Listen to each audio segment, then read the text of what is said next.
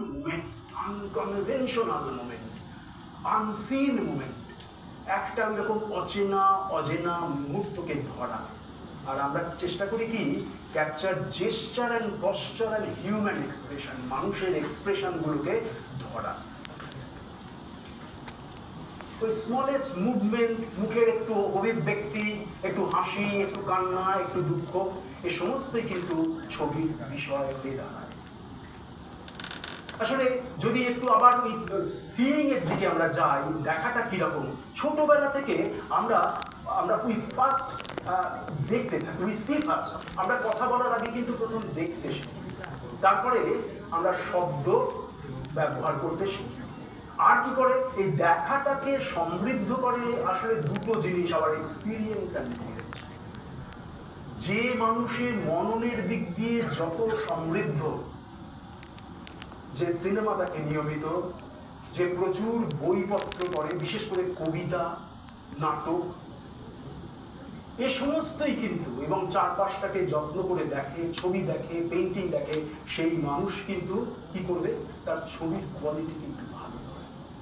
এই act of seeing কিন্তু একটা অ্যাক্টিভ প্রসেস। দেখা আমার ইচ্ছে করলো, আমার ইচ্ছে করছে না প্রিন্সিপাল স্যারকে দেখবো না, আমি চোখ বন্ধ করবো। কারণ কি, ভগবান আমাদের না কি করেছে বলতো, আমাদের চোখের একটা দরজা দিয়েছে, ইচ্ছে একটা দরজা দেখবো না। তাহলে অ্যাক্টিভ চয়েস, সিইংটা হচ্ছে একটা অ্যাক্টিভ প্রসেস। আর আমাদের কানের কিন্তু দরজা নেই, আওয়াজ আসছে, সব সারাদিন শুনে যেতে হয়, কিন্তু দেখবো না মনে করলে ইচ্ছে করলে চোখ বুঝে থাকা যায়।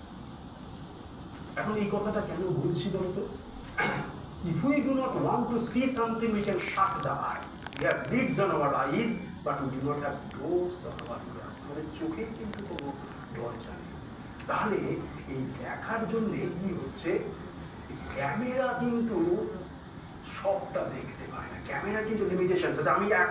আমি পাহাড়ের সামনে দাঁড়ালাম একটা ভ্যালিতে, এই চমৎকার ভ্যালি, কিন্তু ক্যামেরাটা যে তুললাম, দেখলাম এতটা দেখতে পাচ্ছি, এতে একটু এইটুকু দেখাচ্ছে, এতে মন তো আমার ঘরে না, কি তুলবে এর মধ্যে? সকলেই তো মানে অস্বাভাবিক অস্বস্তিতে পড়ে, কি করবো তাহলে আমরা বুঝে পাই না। তো এই man with the camera in the hand, কাকে কি করতে হয়, has to make a choice, একটা সিদ্ধান্ত, যে কোনটুকুতে সীমাবদ্ধ রাখবো, কোন জায়গাটুকুকে দেখবো আমি। হি এক্সক্লুডস, সে বাদ দেয়, ছেটে ফেলে যেগুলো তার মনে হয় অপ্রয়োজনীয়।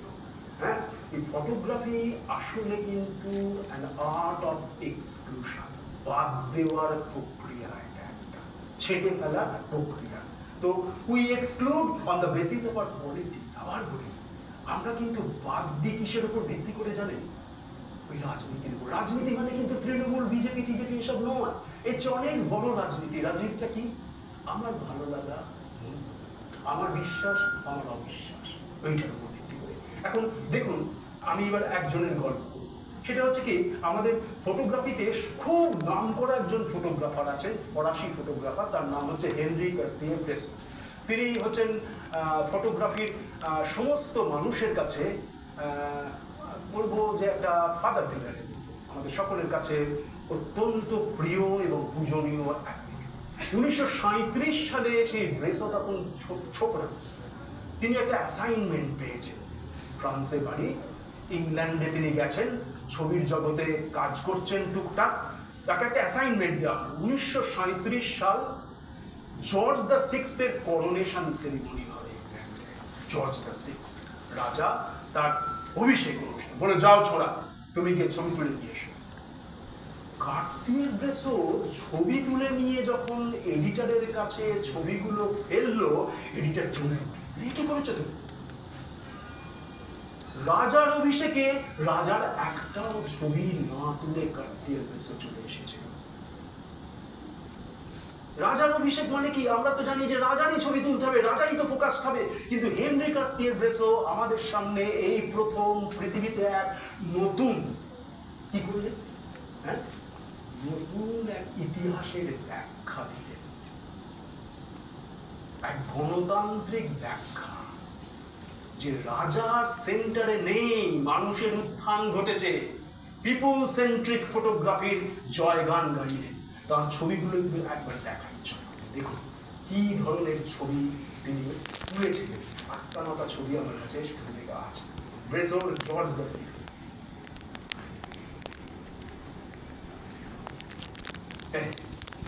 এইসব মানুষজন ফুর্তি করছে, মজা করছে, অনুষ্ঠানের জন্য সেলিব্রেট করছে, তাই উঠে দাঁড়িয়ে আছে, দেখছে চতুর্দিক একেবারে রাজার জন্য প্রস্তুতি। বয়স্ক ভদ্র মহিলাকে সম্ভবত তার সন্তানেরা বা আত্মীয়রা নিয়ে যাচ্ছে এক ঝলক রাজাকে দেখতে। তুই সব ওই ব্যক্তি বা এই মানুষটি অপেক্ষা করতে করতে ঘুমিয়েই পড়েছে। আর দেখুন ওরা ওই পপকর্ন খেয়ে, নানান রকম খাবার দাবার খেয়ে, নানান রকম কাগজপত্র সেখানে বিলি হয়েছিল, সেই সব ফেলে জায়গাটাকে নোংরা করে দিয়েছে। প্রচন্ড ভিড়, বোঝা যাচ্ছে রাজা কিন্তু আসছে, কিন্তু কোথাও রাজা নেই। এক অদ্ভুত ধারাভাষ্য ইতিহাসে, ইতিহাসকে কিন্তু সম্পূর্ণ অন্য মোড়কে একজন ফটোগ্রাফার প্লেস করছে। এই যে ইমাজিনেটিভ ইন্টারপ্রিটেশন অফ লাইফ, এ কিন্তু শুধু ছবি নয়, এ হচ্ছে সাহিত্য। সাহিত্য তো ভাই অন্যভাবে ব্যাখ্যা দেওয়া জীবনকে।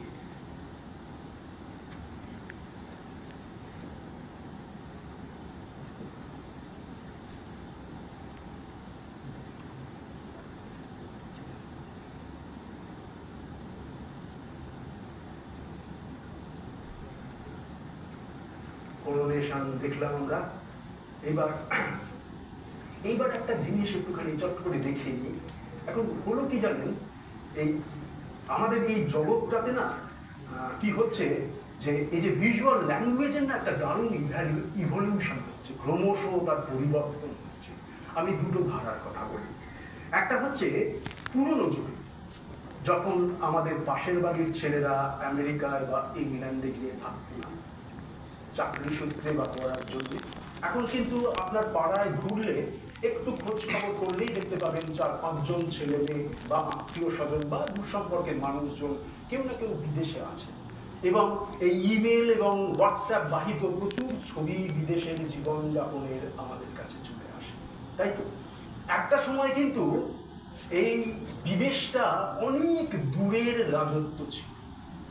সেই সময় যেহেতু বিদেশের কোনো ছবি আমরা দেখার সুযোগ পেতাম না, সেই সময় এই যে ভিজুয়াল ল্যাঙ্গুয়েজের ভাষাটা কি ছিল জানেন তো? ফটোগ্রাফের উপর দাবি ছিল, চাহিদা ছিল যে একটা ছবি তুলবি যখন চেষ্টা কর যেমন হুবহু প্রতিচ্ছবি হয় তোর ছবিটা ইংল্যান্ডের বা আমেরিকা, যেমনটা দেখতে তেমন ছবি। এই ছিল প্রথম দিকের ভিজুয়াল ল্যাঙ্গুয়েজ, যেমন দেখতে অ্যাজ ইট ইজ। ছবিটা হচ্ছে জীবনের আমেরিকার ছবি, রাশিয়ার ছবি, ফ্রান্সের ছবি, অ্যাজ ইট ইজ। এইবার হলো কি সময় বদলা, মানুষ আমেরিকায় সহজেই চলে যাচ্ছে, ইমেল বাহিত হয়ে বা হোয়াটসঅ্যাপে প্রচুর ছবি আমাদের কাছে আসছে, আমরা ছবি দেখছি, আমরা ছবি দেখছি, আমরা ছবি দেখছি। তার ফলে ছবি দেখতে দেখতে দেখতে দেখতে ওই সেম ছবি দেখতে দেখতে দেখতে দেখতে দেখতে দেখতে একসময় একঘেয়ে এসে গেল। ফটোগ্রাফারদের উপর চাহিদা হলো কি, এই বেটা তুই সেই একই ছবি দেখিয়ে যাচ্ছিস, আর কতদিন চলবে, এবার একটু নতুন কিছু কর, নতুন ভাবনা দে। তো ফটোগ্রাফার এবার নতুন ভাবনা দিতে শুরু করে। তাদের দুটো জিনিস দেখা যেতে লাগলো। একটা হচ্ছে কি, কেউ কেউ কি করলো, রিয়েলিটিটাকে, বাস্তবতাকে কি করলো, রূপকথার মোড়কে পেশ করতে শুরু করলো। বাস্তব জীবন তাকে ফিকশনের মোড়কে প্লেস করতে শুরু করলো। আমি ছবি দেখাচ্ছি এক্ষুনি। আর কেউ কেউ করলো কি, বাস্তবের ভয়ঙ্কর জীবনকে একটা অদ্ভুত ধরনের আমাদের সামনে প্লেস করতে। সেটা কিরকম জানেন, দেখে মনে হবে যেন ছবিগুলো নড়ে গেছে, ইচ্ছে করে কিন্তু সে করেছে, ছবিগুলো নড়ে গেছে, কিরকম ব্লার, হেজি, অদ্ভুত ধরনের, কিন্তু তার একটা উদ্দেশ্য আছে, সে একটা জিনিস কমিউনিকেট করতে চাইছে। আমরা এই ধরনের কিছু ছবি দেখি, তারপর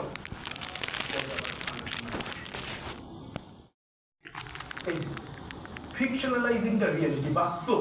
একটা সামান্য এই হচ্ছে কি, হোটেলের একজন বয় মনে হচ্ছে না রূপকথার রাজত্বে চলাফেরা করছে।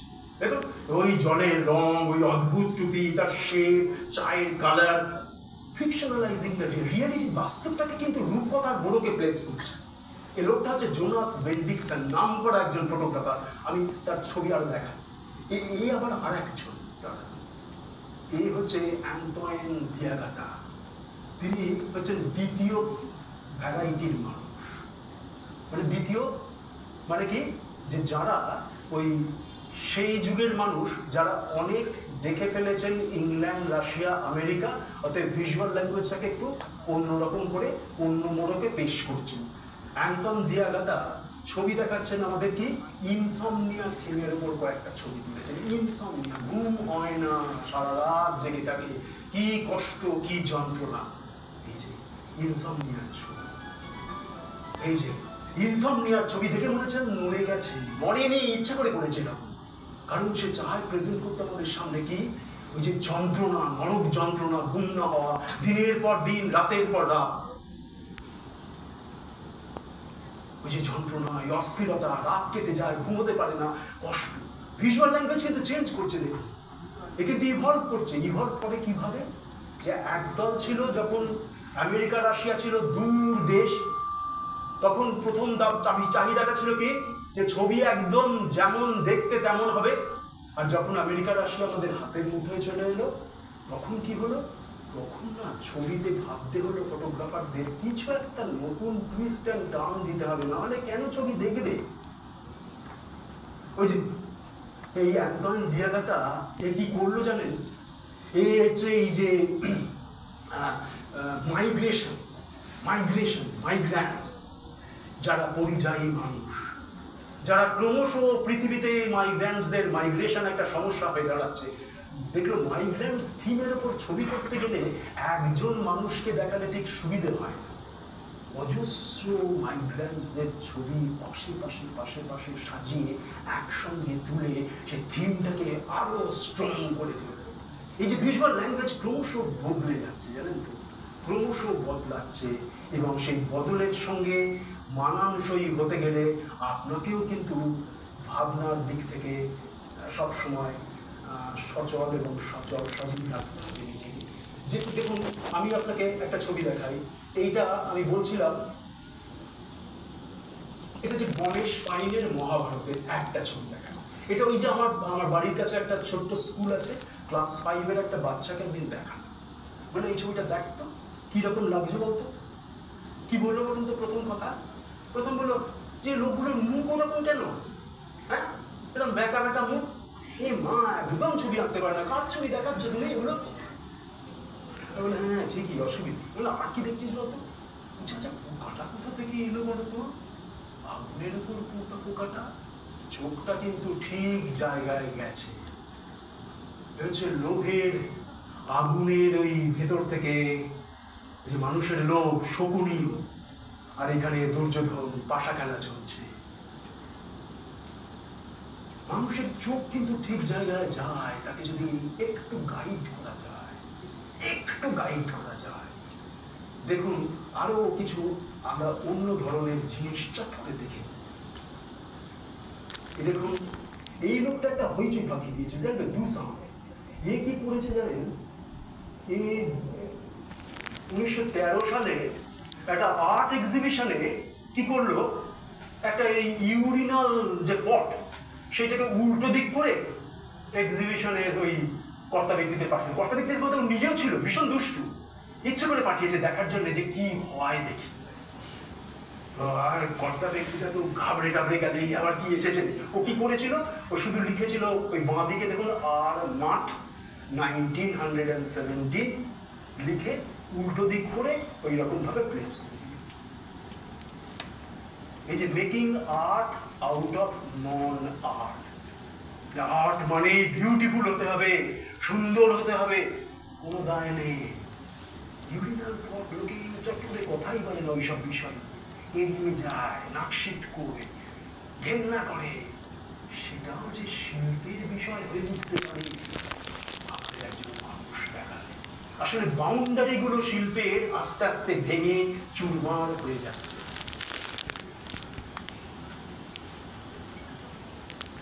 এইবার এই লোকটাকে দেখুন তো, চমকে উঠতে হবে জানেন। এই যে আমি এই ছবি না দেখিয়ে পারলাম না, রেনে ম্যাগরিটের নাম। এই যে আজ সারা পৃথিবীতে মেয়েরা আমাদের সন্তান নয়, মেয়েরা আমাদের বউ নয়, বোন নয়, সে হচ্ছে ভোগ্য বস্তু, সে হচ্ছে লোভের কামনার শিকার। তার প্রতিবাদ স্বরূপ এই ভয়ঙ্কর একটা ছবি তিনি আঁকলেন, যেটা সারা পৃথিবীকে চমকে দিয়েছিল। Women an object of desire।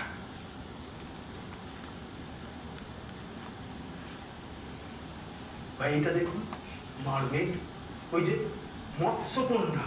আমরা তো মৎস্যকন্যা মানে এই তো বিউটিফুল রূপকথার জিনিস। এখানে দেখছি মেয়েদের অবস্থা এই দুনিয়াতে কি। মৎস্যকন্যার অবস্থা দেখুন কিভাবে প্রেস করেছে। আসলে এই যে out of the box thinking, নতুন করে ভাবা, একটা চিন্তা ভাবনাকে সম্পূর্ণ অন্য লেভেলে নিয়ে যাওয়া, এ সম্ভব শুধুমাত্র একজন ক্রিয়েটিভ এবং ইমাজিনেটিভ লোকের পক্ষে, এবং এর জন্য নিয়মিত চর্চা দরকার।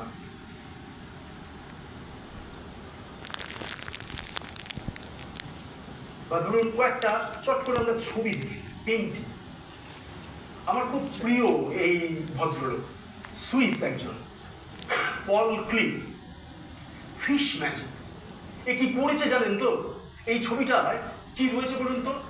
একটাই প্লেনে এক জায়গায় দেখতে পাচ্ছি মাছও রয়েছে, ফুলও রয়েছে, মানুষও রয়েছে, গ্রহ তারাও রয়েছে, গাছপালাও রয়েছে। বক্তব্যটা কি? Ecological balance.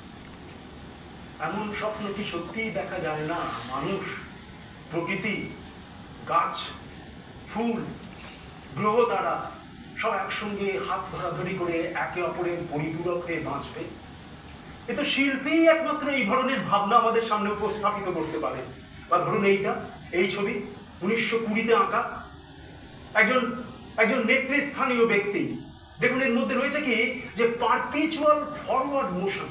সে সবসময় পা বাড়িয়ে রয়েছে, সবসময় পা, মানে কি একজন আদর্শ নেতা যে সবসময় সামনের দিকে তাকায়। Perpetual forward motion, unstoppable force of history, মানে একে কিছুতেই কেউ থামিয়ে রাখতে পারবে না, অদম্য। বা এ হচ্ছে যীশু খ্রিস্টের ক্রুসিফিকশনের ছবি। কেউ বলবে এই ছবির নাম হচ্ছে has head, hand, feet and heart. 1930-এ আঁকা এই ছবি। আবছা করে একটা ক্রুসিফিকেশনের আভাস রয়েছে মধ্যিখানে ফ্রেমে, আর বাকি জিসাসের হাত গেছে, পা গেছে, মুখ গেছে, সব আলাদা হয়ে গেছে। কিন্তু জিসাসের থেকে ভালোবাসা আর কিন্তু সেটা কিন্তু বন্ধ হয়। দেখুন এই যে imaginative interpretation of historical event বা mythical event, this is art. বা এই যে একই সহাবস্থান, একই সঙ্গে নেচার, পাখি আর এই জন্তু মেশিন, এই কতগুলো অদ্ভুত ধরনের মেশিন এখানে রয়েছে, যন্ত্রপাতি রয়েছে, তার উপর পাখি এসে বসেছে। আর এই ছবিটা এডওয়ার্ড মঞ্চে, আমি এটার সম্বন্ধে একটুখানি বলবো, কারণ একটুখানি আমি ফিরে জায়গা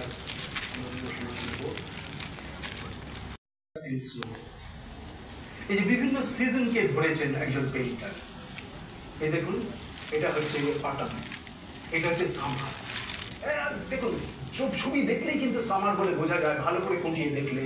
ব্যাকগ্রাউন্ডে দেখুন আলো, উজ্জ্বল আলো, এটা স্প্রিং। এটা হচ্ছে কি, এটা হচ্ছে winter, gloomy day, early spring. আবার সামার, হে মেকিং, ধান কাটছে, ক্লান্তিতে সব শুয়ে পড়ছে। এই যে ছবি কিরকম ভাবে কি করে, ছবি শুধুমাত্র মানে একটা অ্যাবস্ট্রাক্ট আইডিয়াকে আমাদের সামনে তুলে ধরতে পারে।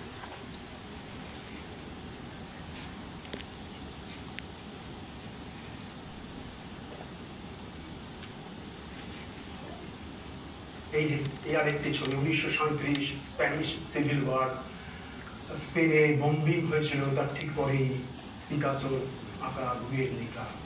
পৃথিবীতে মানে যুদ্ধ বিরোধী যদি কোনো পেন্টিং সারা পৃথিবীতে একেবারে সকলের চেনা হয়, তাহলে এটি সেই ছবি।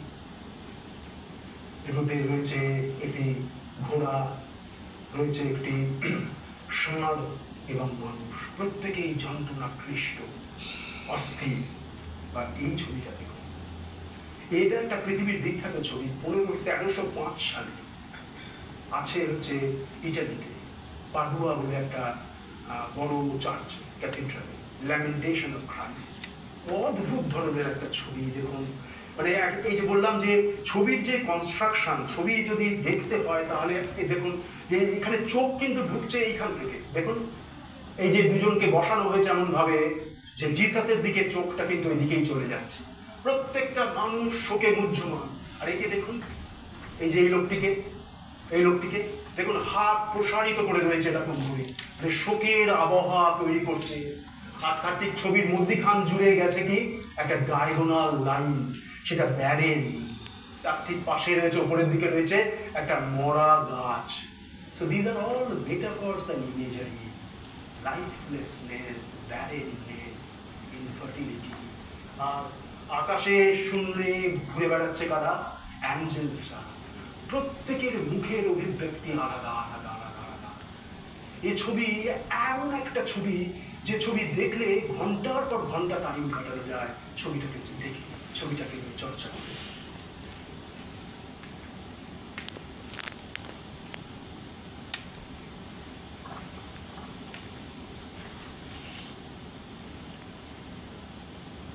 এবার আমি কয়েকটা ছবি দেখিয়ে আমি শেষ করে দিচ্ছি। এবার এটা হচ্ছে এই 2025-এ কয়েকদিন আগে ওয়ার্ল্ড প্রেস ফটো অর্গানাইজেশন আছেন, পৃথিবীর সব থেকে সম্মানিত জায়গা, যেখানকার স্বীকৃতি যে কোনো ফটোগ্রাফারের কাছে প্রার্থিত। সেই world press photo award photographer of the year হয়েছে 2025-এ। এই গাজার এই ছেলেটি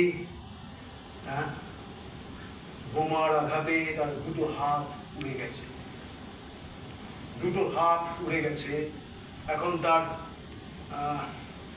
দরজা খুলতে গেলে, জামা কাপড় পরতে গেলে, খেতে গেলে তাকে অন্যের সাহায্য দিতে হয়। কিন্তু তাই বলে কি সে দমে বসে থাকবে? সে কিন্তু তার মধ্যেই পড়াশোনা করছে, তার মধ্যেই হাত ছাড়া কিভাবে একটু একটু করে আত্মনির্ভরশীল হওয়া যায় সেই লড়াই চালাচ্ছে। যখন আমাদের এই উপমহাদেশে যুদ্ধের দামামা বাজছে, তখন এই 9 বছরের বাচ্চাটার মুখের দিকে তাকিয়ে আমার বুক কাঁপে। মনে হয় যে আরো যুদ্ধ, আবারও যুদ্ধ, কেন? দেখুন এটা সেকেন্ড হয়েছে ওই কম্পিটিশনে। চীনের ওখানে একটা বর্ডার আছে যেখান থেকে আমেরিকার মাঝে মাঝে এই চীন থেকে লোক পালিয়ে যায়। এক শীতের রাত্রে বৃষ্টি পড়ছে, তার মধ্যে দিয়ে ওই লোক বর্ডার ক্রসিং করছে, তার ছবি। মানে পৃথিবীর সেরা সেরা ছবি এগুলো। বা এটি দেখুন, এটা হচ্ছে যে অ্যামাজন উপত্যকায় এখানে একটা ছিল নদী, 2 কিলোমিটার ব্যাপী এক নদী। সেই নদী বেয়ে এই ছেলেটি প্রতি বছর তার মায়ের কাছে খাবার দাবার নিয়ে যেত। এখন ক্লাইমেট চেঞ্জের ফলে আমাদেরই জন্য এই নদী শুকিয়ে মরুভূমি হয়ে গেছে। ওই 2 কিলোমিটার রাস্তা ছেলেটি এখন হাতে করে জিনিসপত্র নিয়ে মায়ের কাছে যায়। বা এই ছেলেটিকে দেখুন, দেখলে মানুষের প্রতি বিশ্বাস ফিরে আসে। একজন রেসলার, একটি দুর্ঘটনায় তার পা নষ্ট হয়ে গেছে, তো একটা পা লাগানো হয়েছে, কৃত্রিম পা লাগিয়েছে। সেই অবস্থাতেই সে কিন্তু প্র্যাকটিস করছে, সেই অবস্থাতেই সে কিন্তু লড়াই জারি রেখেছে। এই যে হিউম্যান কারেজ, যে কোনো প্রতিকূলতার বিরুদ্ধে লড়াই করার এই সাহসই তো মানুষকে মানুষ করেছে, সবার থেকে আলাদা করে দিয়েছে। দেখুন এই যে যুদ্ধ, ইউক্রেন রাশিয়ার যুদ্ধ চলছে। এই মেয়েটির বাবা মা সব বাড়ি থেকে বেরিয়ে গেছে, ঠাকুমা কয়েকদিন আগে মারা গেছে। মেয়েটি ওই এক ভয়ঙ্কর ট্রমার শিকার, ভয়ঙ্কর আতঙ্কের মধ্যে তার দিন কাটে, একটা সামান্য আওয়াজে চমকে ওঠে। এরপরেও আমরা আবার যুদ্ধের জন্য ছটফট করছি।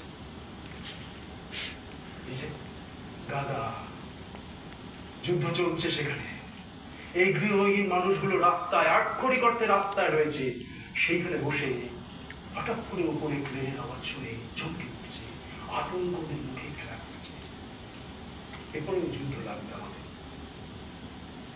মুজিবুর রহমান, শেখ মুজিবুর রহমান বাংলাদেশের প্রতিষ্ঠাতা বলা হয়ে থাকে।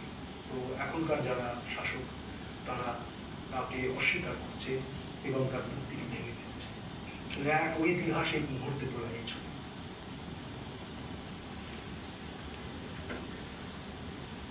আসলে কি জানেন, ফটোগ্রাফি হচ্ছে, আমি আপনাদের শেষ কথা বলে শেষ করি, ফটোগ্রাফি হচ্ছে আসলে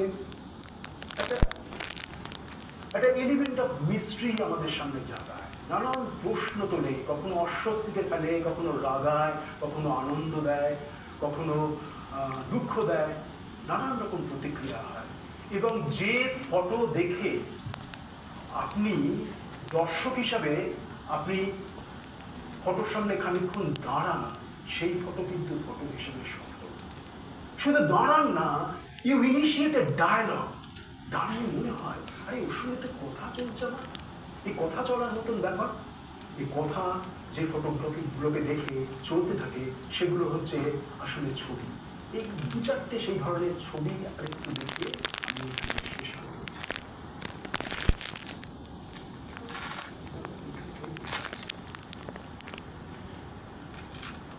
এই দেখুন,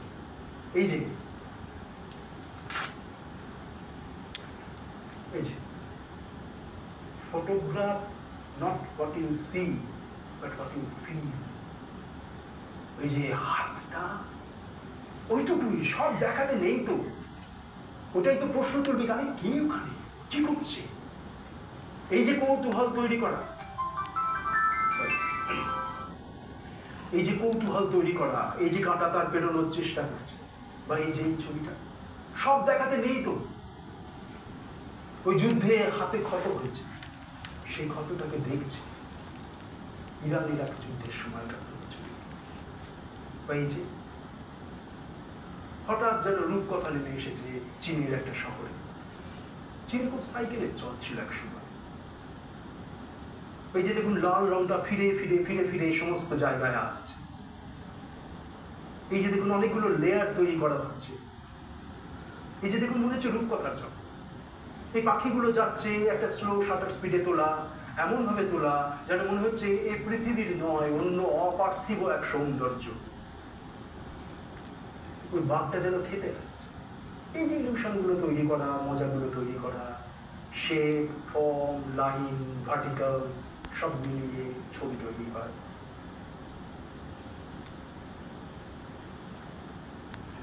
রং, চমৎকার রঙের ব্যবহার দেখুন। মানে জানেন তো, too many colours ruin the image. রং বেশি হলে ছবি কিন্তু নষ্ট হয়ে যায়। পৃথিবীর সেরা পেন্টিং গুলো দেখবেন খুব মিউটেড কালার, কারণ ওদের কি রঙের অভাব ছিল? ইচ্ছে করে বেশি রং, বেশি উজ্জ্বল কি করে? ডিস্ট্র্যাক্ট অ্যাটেনশন, মূল বিষয় থেকে চোখ অন্যদিকে নিয়ে চলে যায়। এই দেখুন, এই যে রূপকথার রাজত্ব, একটা স্পেস ক্রাফট মহাশূন্য থেকে নেমে এসেছে, ধ্বংসাবশেষ, সেইটাকে ওই গ্রামের লোকেরা সেখান থেকে কি পাওয়া যায় দেখার চেষ্টা করছে, আর চারপাশে উঠছে অজস্র প্রজাপতি। একটা রূপকথার রাজত্বের মতন মনে হয়। বা এটা ধারাবিবস্তির এই ছবি জোনাস বেন্ডিকসনের, এই যে ফিকশনালাইজিং রিয়েলিটি, বাস্তবটাকে রূপকথার মোড়কে ফেলা। বাস্তব যদি বাস্তবের মতন দেখায়, সেটা আমিও দেখাতে পারি, আপনি দেখাতে পারেন, ও দেখাতে পারে, সেও দেখাতে পারে, কিন্তু খুব কজন এত আর্টিস্ট আছেন যে বাস্তবকে রূপকথার মোড়কে পেশ করতে পারে। এই ধারাবিবস্তির এই মেয়েটি কবে তোলা জানেন তো? ওই দিওয়ালির সময় আলোয় আলোয় ভরে উঠেছে শহর, আর সেই আলো ছোঁয়ার চেষ্টা করছে কে? যার জীবন ঢেকে আছে অসীম অন্ধকারে। এর চেয়ে বড় আয়রনি পৃথিবীতে আছে? যার জীবন ঢেকে আছে অসীম অন্ধকারে, সে চেষ্টা করছে ছুঁয়ে দেখার ওই আনন্দকে। এই হচ্ছে রূপকথার মোড়কে বাস্তবকে প্রেজেন্ট করা। এই চ্যালেঞ্জ আজকে যদি কাউকে ফটোগ্রাফি করতে হয়, সম্মান নিয়ে করতে হয়, এগিয়ে যেতে হয়, তাকে কিন্তু দেখাতে হবে। বা এই দেখুন রূপকথা নেমে এসেছে রাস্তায়, রাস্তায় রূপকথা নেমে এসেছে। হঠাৎ এই ঘোড়া, এই বয়স্ক মানুষটি হঠাৎ একটা পরীর পোশাক পরে মেয়ে ঢুকে পড়েছে। বা এই যে ছোট ছোট মজাগুলো, এইগুলোই হচ্ছে ছবি। বা এইটাকে দেখুন, এই যে অন্ধকার এবং আলো, শুধু আলো থাকলে ছবি হয় না, সব সময় চেষ্টা করবেন ছবিতে খানিকটা পরিমাণ জায়গায় একটু অন্ধকার ঢুকিয়ে দিতে। Light and dark. দেখুন ঘরটার উপরে আলো পড়েছে, ফুলগুলোর উপর আলো পড়েছে, সামনেটা অন্ধকার, তার ফলে কি হচ্ছে, চোখের ধর্ম হচ্ছে সব থেকে উজ্জ্বল জায়গায় চোখ ধেয়ে যায়, চোখটা কিন্তু চলে যাচ্ছে সাবজেক্ট। ছবি তোলার সময় খেয়াল রাখবেন। বা দেখুন একটু অ্যাঙ্গেলটাকে চেঞ্জ করছে, সামনে থেকে তুলতে পারতো, ফ্ল্যাট হতো, আমরা সবাই সামনে থেকে তুলতাম। ইনি বড় ফটোগ্রাফার, ওই জন্য এমনি সামনে থেকে তোলেননি, ডায়াগোনালি তুলেছে। দেখুন অন্যরকম দেখতে হয়ে গেছে ছবিটা। শুদ্ধ একটু something, try to create something new. অন্যের মতন নয়, নিজের মতন হতে হবে। এই যে কিন্তু রিয়েলিটি অ্যাজ ইট ইজ এরকমও তো হতে পারে, এভাবেও তোলা যায়, এমন কোনো কারণ নেই যে তোলা যাবে না। কিন্তু ভিজুয়াল ল্যাঙ্গুয়েজ ক্রমশ ইভলভ করছে, ক্রমশ এগিয়ে যাচ্ছে, বাস্তবটা বাস্তবের মতনও তুলতে পারে। এই যে জোনাস বেন্ডিকসন, যিনি ওইরকম রূপকথার ছবি তুলেছেন, তিনি বাস্তবটা বাস্তবের মতনও তুলেছেন।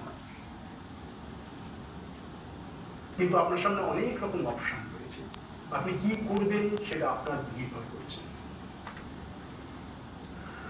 এই তিনটে, সামনে তিনটে, পেছনে তিনটে, আর জামা কাপড়ের এই শেপগুলো শুকোতে দেওয়া, এগুলোই মজা তৈরি করছে, ছোট ছোট মজা।